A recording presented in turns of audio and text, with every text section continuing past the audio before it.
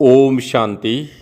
आज 9 मार्च 2026 के सोमवार के मीठी मीठी मधुवन मुरली के बाप दादा के मधुर ईश्वरीय महावाक्य सुनते हैं। मीठे मीठे प्यारे प्यारे बाप दादा ने कहा, मीठे बच्चे, जैसे बाप का पार्ट है सर्व का कल्याण करना, ऐसे बाप समान कल्याणकारी बनो, अपना और सर्व का कल्याण करो।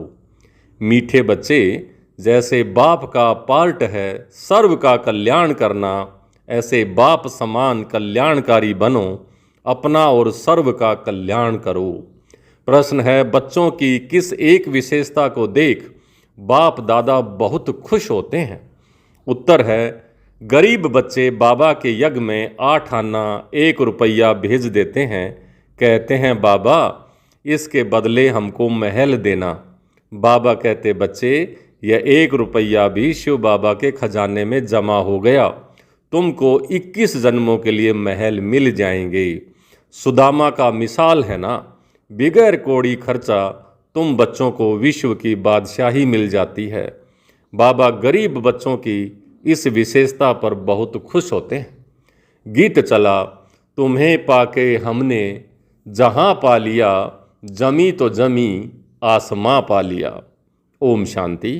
मीठे मीठे बच्चे समझते हैं कि बाबा से अभी बेहद का वर्षा ले रहे हैं। बच्चे कहते हैं कि बाबा आपकी श्रीमत अनुसार हम आपसे फिर से बेहद का वर्षा पा रहे हैं। नई बात नहीं है, बच्चों को नॉलेज मिली है, जानते हैं सुख धाम का वर्षा हम कल्प कल्प पाते रहते हैं। कल्प कल्प 84 जन्म तो लेने पड़ते हैं, बरोबर हम बेहद के बाप द्वारा 21 जन्मों का वर्षा पाते हैं, फिर धीरे धीरे गंवाते हैं। बाप ने समझाया है, यह अनादि बना बनाया खेल है। तुम बच्चों को खातरी होती जाती है, यह भी जानते हो ड्रामा में सुख बहुत है, पिछाड़ी में आकर रावण द्वारा दुख पाते हैं। अभी तुम अजुन थोड़े हो, आगे चलकर बहुत वृद्धि होती जाएगी। मनुष्य से देवता बनते हैं, जरूर दिल में समझेंगे कि हम कल्प कल्प बाप से वर्षा पाते हैं। जो जो आकर नॉलेज लेंगे वह समझेंगे अब ज्ञान सागर बाप द्वारा सृष्टि के आदि मध्य अंत की नॉलेज पाई है।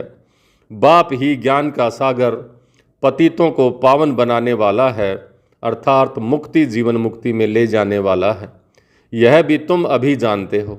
गुरु तो बहुतों ने किए हैं ना, आखिर इन गुरुओं को भी छोड़ आकर नॉलेज लेंगे। तुमको भी अभी यह नॉलेज मिली है, जानते हो इससे पहले अज्ञानी थे। सृष्टि का चक्कर कैसे फिरता है, शिव बाबा ब्रह्मा विष्णु शंकर कौन है, यह कुछ भी नहीं जानते थे। अब मालूम पड़ा है हम विश्व के मालिक थे, तो तुम्हारी बुद्धि में बड़ा अच्छा नशा चढ़ा रहना चाहिए।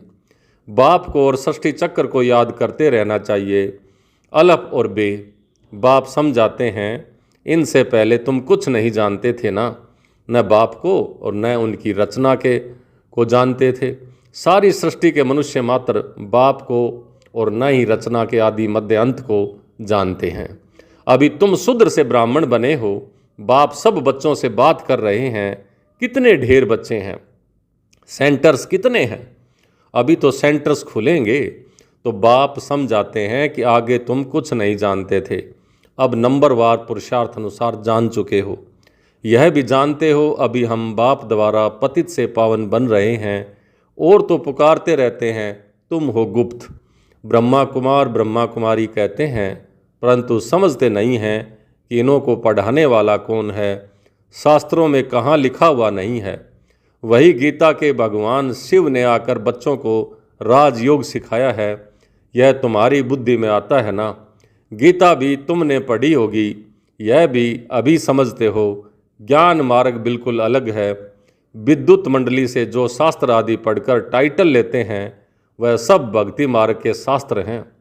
वह नॉलेज उन्हों में है नहीं, वह तो बाप ही आकर रचना के आदि मध्य अंत की नॉलेज देते हैं। यह तो बाप ने आकर तुम्हारी बुद्धि का ताला खोला है। तुम जानते हो आगे हम क्या थे, अब क्या बने हैं। बुद्धि में सारा चक्कर आ गया है। शुरू में थोड़े ही समझते थे, दिन प्रतिदिन ज्ञान का तीसरा नेत्र अच्छी तरह खुलता जाता है। यह भी किसी को पता नहीं है कि भगवान कब आया, वो कौन था जिसने आकर गीता का ज्ञान सुनाया। तुम बच्चे अभी जान गए हो, बुद्धि में सारे चक्कर का ज्ञान है। कब से हम हार खाते आए हैं और कैसे वाम मार्ग में जाते हैं, कैसे सीढ़ी उतरते हैं, यह चित्र में कितना सहज समझाया हुआ है। 84 जन्मों की सीढ़ी है, कैसे उतरते हैं फिर चढ़ते हैं। पतित पावन कौन है और पतित किसने बनाया, यह तुम अभी जानते हो। वह तो सिर्फ गाते रहते हैं पतित पावन। वह थोड़े ही समझते हैं कि रावण राज्य कब से शुरू होता है, पतित कब से बनते हैं। यह नॉलेज है ही आदि सनातन देवी देवता धर्म वालों के लिए। बाप कहते हैं मैंने ही आदि सनातन देवी देवता धर्म की स्थापना की थी। यह वर्ल्ड की हिस्ट्री ज्योग्राफी बाप के सिवाय कोई समझा न सके। तुम्हारे लिए जैसा कि कहानी है, कैसे राज्य पाते हैं कैसे गवाते हैं, यह हम हिस्ट्री और ज्योग्राफी पढ़ते हैं। यह है बेहद की बात। हम 84 का चक्कर कैसे लगाते हैं। हम विश्व के मालिक थे, फिर रावण ने राज्य छीना। यह नॉलेज बाप ने ही दी है। मनुष्य दशहरा आदि त्यौहार मनाते हैं परंतु कुछ भी नॉलेज नहीं है। जैसे तुमको यह नॉलेज नहीं थी, अब नॉलेज मिल रही है तो तुम खुशी में रहते हो। नॉलेज खुशी देती है। बेहद की नॉलेज बुद्धि में है। बाप तुम्हारी झोली भर रहे हैं। कहते हैं ना झोली भर दे, किसको कहते हैं? साधु संत आदि को नहीं कहते हैं, भोलानाथ शिव को कहते हैं। उससे ही भीख मांगते हैं। तुम्हारा तो अब खुशी का पारावार नहीं, तुमको बहुत खुशी होनी चाहिए। बुद्धि में कितनी नॉलेज आ गई है। बेहद बाप से बेहद का वर्षा मिलता है, तो अब अपना और दूसरों का भी कल्याण करना है, सबका कल्याण करना है। आगे तो एक दो का अकल्याण ही करते थे क्योंकि आसुरी मत थी। अभी तुम श्रीमत पर हो तो अपना भी कल्याण करना है। तुम्हारी दिल होती है यह बेहद की पढ़ाई सब पढ़ें, सेंटर्स खुलते जाएं। कहते हैं बाबा प्रदर्शनी दो, प्रोजेक्टर दो, हम सेंटर खोलें। हमको जो नॉलेज मिली है, जिससे बेहद की खुशी का पारा चढ़ा है, वह औरों को भी अनुभव कराएं। ड्रामानुसार यह भी पुरुषार्थ चलता रहता है। बाप आया है भारत को फिर से स्वर्ग बनाने। तुम जानते हो हम आगे स्वर्गवासी थे, अब स्वर्गवासी बन रहे हैं। यह चक्कर तुम्हारी बुद्धि में सदैव फिरता रहना चाहिए, जिससे सदैव तुम खुशी में रहो, औरों को समझाने का भी नशा रहे। हम बाप से नॉलेज ले रहे हैं। तुम्हारे और भाई बहन जो नहीं जानते, उन्हों को भी रास्ता बताना तुम्हारा धर्म है। जैसे बाप का पार्ट है सबका कल्याण करना, वैसे हमारा भी पार्ट है सबका कल्याण करना। बाबा ने कल्याणकारी बनाया है ना, तो अपना भी कल्याण करना है, औरों का भी करना है। बाप कहते हैं तुम फलाने सेंटर पर जाओ, जाकर सर्विस करो। एक जगह बैठ सर्विस नहीं करनी है। जितना जो होशियार है उतना उनको शौक होता है जाकर हम सर्विस करें। फलाना नया सेंटर खुला है, यह तो जानते हैं कि कौन कौन सर्विसेबल हैं, कौन कौन आज्ञाकारी वफादार फरमान बरदार हैं। तो अज्ञान काल में भी कपूत बच्चों पर बाप नाराज होते हैं। यह तो बेहद का बाप कहते हैं मैं तो बिल्कुल साधारण रीति समझाता हूँ और इसमें डरने की कोई बात नहीं है। यह तो जो करेगा सो पाएगा, श्राप या नाराज होने की कोई बात ही नहीं है। बाप समझाते हैं क्यों नहीं अच्छी सर्विस कर, अपना भी और दूसरों का भी कल्याण करते। जितना जो बहुतों का कल्याण करते हैं उन पर बाबा भी बहुत खुश होते हैं। बगीचे में बाबा देखेंगे यह फूल कितना अच्छा है, यह सारा बगीचा है ना, तो बगीचे को देखने के लिए कहते हैं बाबा हम सेंटर का चक्कर लगाएं, कैसे कैसे फूल हैं, कैसे सर्विस कर रहे हैं, जाने से मालूम पड़ता है ना, कैसे खुशी में नाचते रहते हैं। तो बाबा को भी आकर कहते थे कि बाबा फलाने को हमने ऐसे समझाया, आज अपने पति को फिर भाई को ले आई, समझाया है, बाबा आया हुआ है। तो वह कैसे हीरे जैसा जीवन बनाते हैं, सुनते हैं तो चाहते हैं हम भी देखें। तो बच्चों में उमंग आता है, ले आते हैं। वर्ल्ड की हिस्ट्री ज्योग्राफी को जानना चाहिए। तुम जज कर सकते हो, भारत सारे विश्व का मालिक था, अब तो क्या हालत है। सतयुग त्रेता में कितना सुख था, अब फिर बाबा विश्व का मालिक बना रहे हैं। यह भी जानते हो दुनिया में पिछाड़ी में बहुत हंगामा होना है। लड़ाई कोई बंद थोड़ी ही होती है, कहाँ न कहाँ लगती रहती है। जहाँ देखो वहाँ झगड़ा ही है। कितना घमासान लगा हुआ है। विलायत में क्या क्या हो रहा है, समझते नहीं हैं कि हम क्या कर रहे हैं। कितने तूफान लगते रहते हैं, मनुष्य भी मरते रहते हैं। कितनी दुख की दुनिया है। तुम बच्चे जानते हो, इस दुख की दुनिया में सब अब गए कि गए। बाबा तो धीरज दे रहे हैं, ये अच्छी अच्छी दुनिया है। थोड़े रोज में हम विश्व पर शांति से राज्य करेंगे। इसमें तो खुशी होनी चाहिए ना। सेंटर्स खुलते रहते हैं। अब देखो सेंटर खुलते हैं, बाबा लिखते हैं कि अब अच्छे अच्छे बच्चे जाओ, जाकर वहाँ सेवा करो। नाम भी लिख देता हूँ जो दिल पर चढ़े रहते हैं। बहुतों का कल्याण होता है ना। ऐसे बहुत लिखते हैं बाबा, हम तो बांधेली हैं। अच्छा सेंटर खुल जाए तो बहुत जाकर के वर्षा पाएं। यह भी जानते हो कि यह सब विनाश हो जाना है, तो क्यों नहीं बहुतों के कल्याण अर्थ काम में लग जा दो। ड्रामा में उन्हों का ऐसे पार्ट है, हर एक अपना अपना पार्ट बजा रहे हैं। तो तरस पड़ता है कि दूसरों को भी बंधन मुक्त करने कुछ तो मदद करें।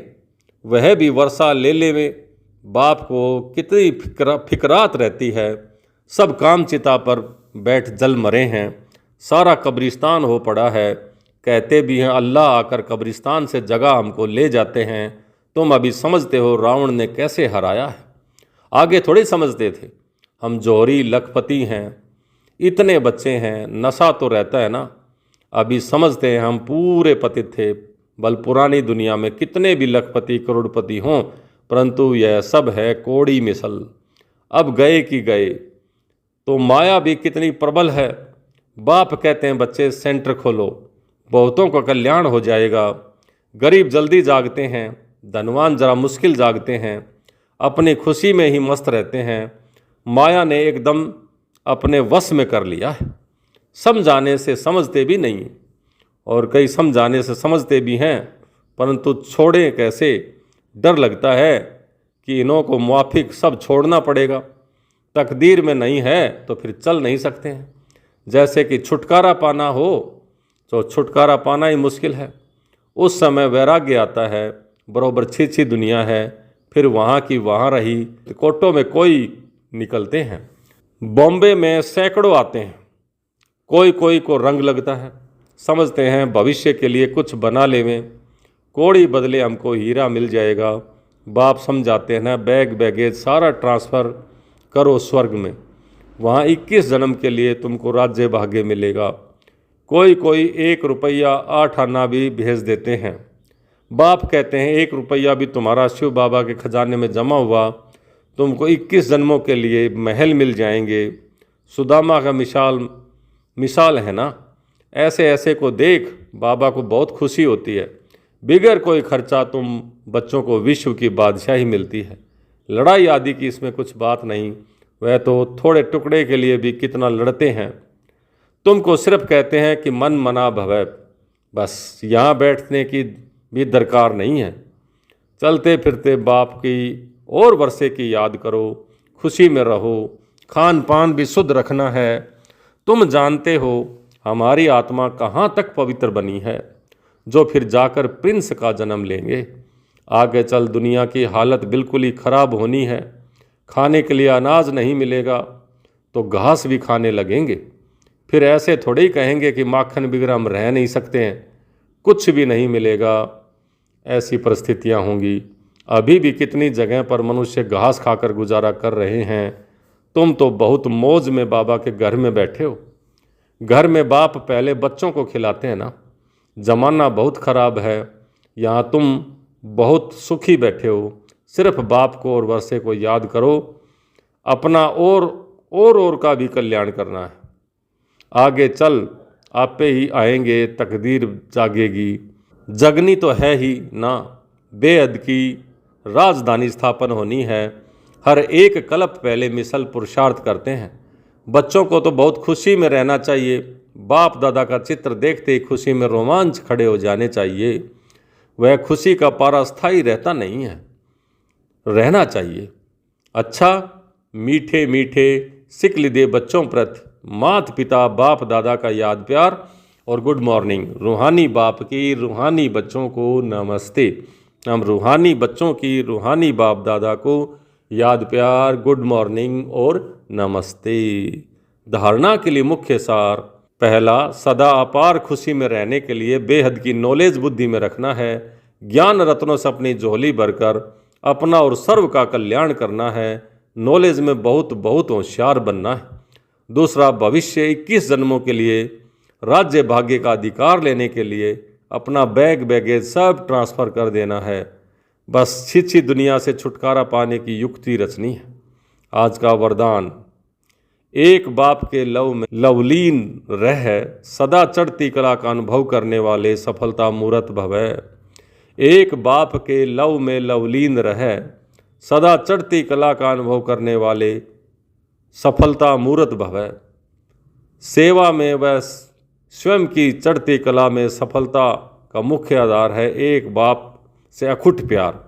बाप के सिवाय और कुछ दिखाई ना दे। संकल्प में भी बाबा, बोल में भी बाबा, कर्म में भी बाप का साथ।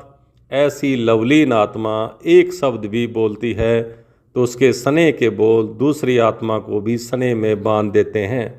ऐसे लवलीन आत्मा का एक बाबा शब्द ही जादू का काम करता है।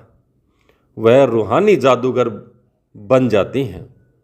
आज का स्लोगन: योगी तो आत्मा वह है जो अंतर्मुखी बन लाइट हाउस रूप में स्थित रहता है। अंतर्मुखी आत्मा वह है जो अंतर्मुखी बन लाइट माइट रूप में स्थित रहता है। ये अव्यक्त इशारे: निश्चय के फाउंडेशन को मजबूत कर सदा निर्भय और निश्चिंत रहो। आपको जो भी ड्यूटी मिली हुई है उसमें सदा एक्यूरेट रहो। जो ड्यूटी पर एक्यूरेट रहता है उसको सभी ईमानदार व फेथफुल के नज़र से देखते हैं। यहाँ भी जो एक्यूरेट सेवा पर रहते हैं वही बाप के फेथफुल हैं। एक होता है बाप में पूरा फेथ, दूसरा है बाप के साथ सेवा में भी फेथफुल। ऐसे फेथफुल निश्चय बुद्धि बच्चे सदा विजयी और निश्चिंत रहते हैं। अच्छा, ओम शांति।